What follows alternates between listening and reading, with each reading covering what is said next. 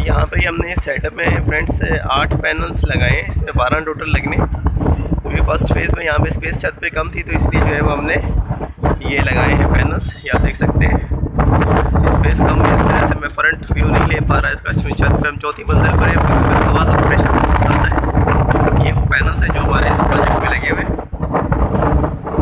अगर आप ये सेटअप इस तरह करना चाहते हैं, इसकी हमने प्रॉपर स्ट्रक्चरिंग की है ब्लॉक के साथ, अभी इसको सीमेंटिंग भी कर रहे हैं।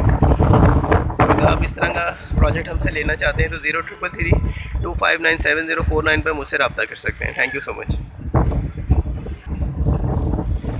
आप किसी भी किस्म की हमसे कभी भी मिल सकते हैं और अपनी ज़रूरत के हिसाब से सेटअप डिज़ाइन करवा सकते हैं। Thank you.